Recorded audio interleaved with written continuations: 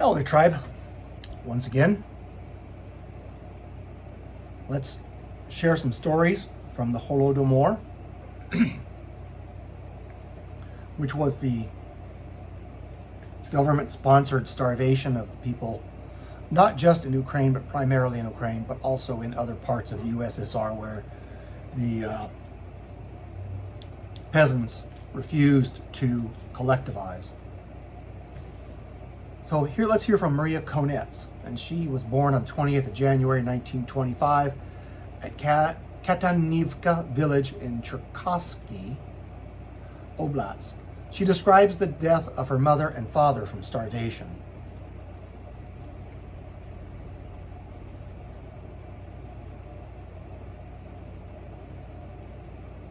Maria Konets.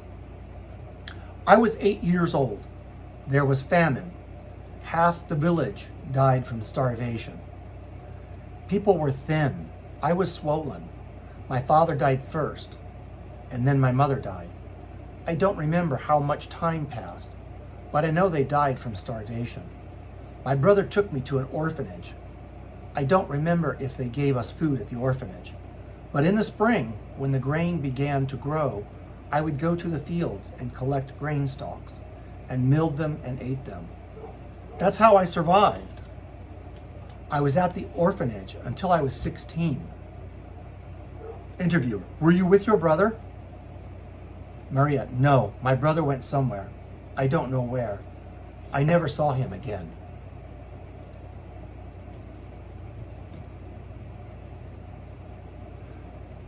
Next we'll hear Ivan.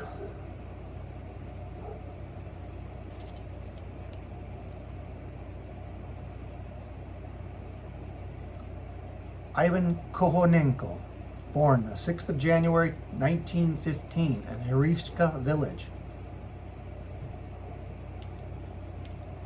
Katelornalov gubernia, now Dnipropetrovsk Oblast, describes his experiences as a school teacher near the Holodomor. During the Holodomor. Pay attention to this guy. Pay attention. This is important to understand. Ivan Kononenko.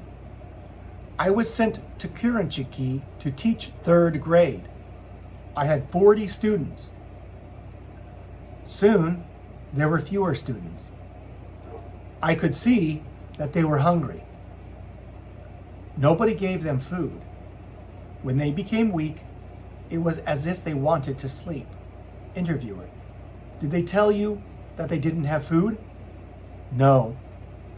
They knew, these children knew, and they didn't complain to me. They would come to class, and some were still listening. Others tilted their heads to the side and went to sleep. It came to that in 1 year, in 1933, there was not one student left in my class. What do you think happened to all those children? Not a pleasant thing to contemplate. Not at all. Next we'll hear from Anastasia. Anastasia Yeremenko, born the 12th of August 1925 in Kabinsky village, Poltava Oblast, describes her father's arrest and imprisonment and what the family ate during the Holodomor. Anastasia Yeremenko. My father came home and told my mother that things are getting very bad. He closed the bank where he worked, and after a couple of days, 2 horse-drawn wagons came to our house. They grabbed my father and tied him up. They beat him. I ran after them, yelling, grabbing his legs. I yelled, "That's my father, that's my father." They grabbed me and threw me in the snow. This was in 1933, and there was a very severe winter. They took everything we had out of the house. My mother had made some borscht. These NKVD agents took it out of the oven and ate it. My mother was holding Andrej, and I was holding my mother by the dress. They threw us out onto the road into the snow and locked up the house. They took my father away.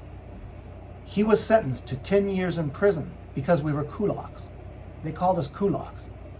When my father went to prison, my mother went to work on the railroad about 2 kilometers from Kubinsky, where there was a distillery where they made vodka from beets. That vodka was exported to Moscow. The mash that was left after distillation was poured into a hole. When my mother came home from work, she would take a bucket, walk 2 kilometers, and take that mash. We called it braha. She would bring it home, pour a bit of water in it, and cook it. That's what we ate.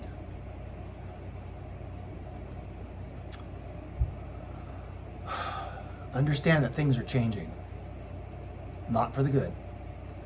And there's so much inertia that I don't think it can be overcome. And we're just going to go into very difficult times. Prepare for it, get ready for it. It'll make your landing at the bottom of the fall a whole lot easier. God bless you all, take care. Bye. Go, go, go.